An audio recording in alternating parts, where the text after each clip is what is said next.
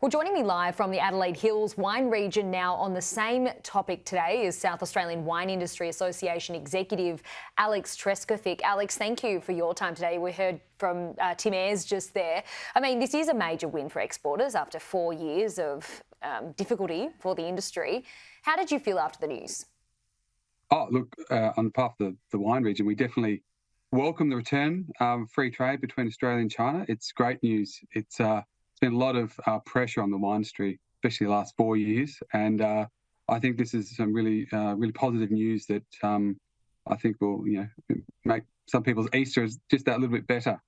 We obviously thank, the work that the federal and state governments have been doing, for the wine industry.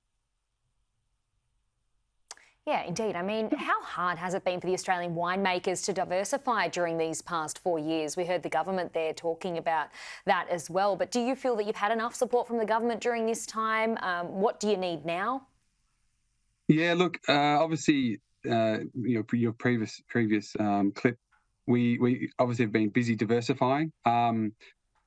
Going to the Adelaide Hills, we're kind of fortunate that we are probably, I suppose, heavier in the domestic market. So we have been a little bit, I suppose, buffered from the China falling out.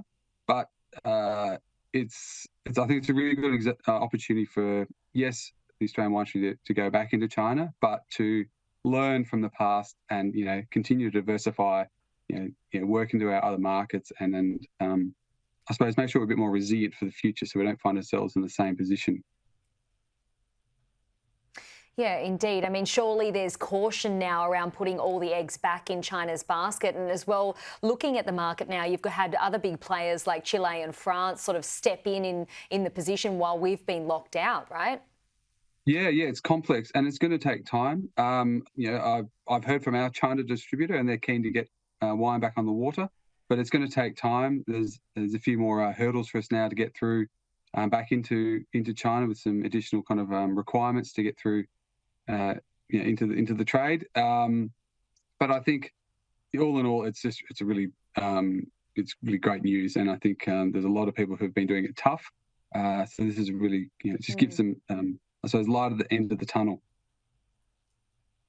Yeah, indeed it does. What about, we're hearing reports, of course, about wine tanks that makers are actually struggling to get rid of because it's just not economically viable.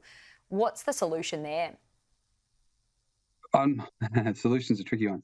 It's a lot of, there's quite a diverse, I suppose, range of businesses through the wine industry. So some wine industries definitely have got oversupply.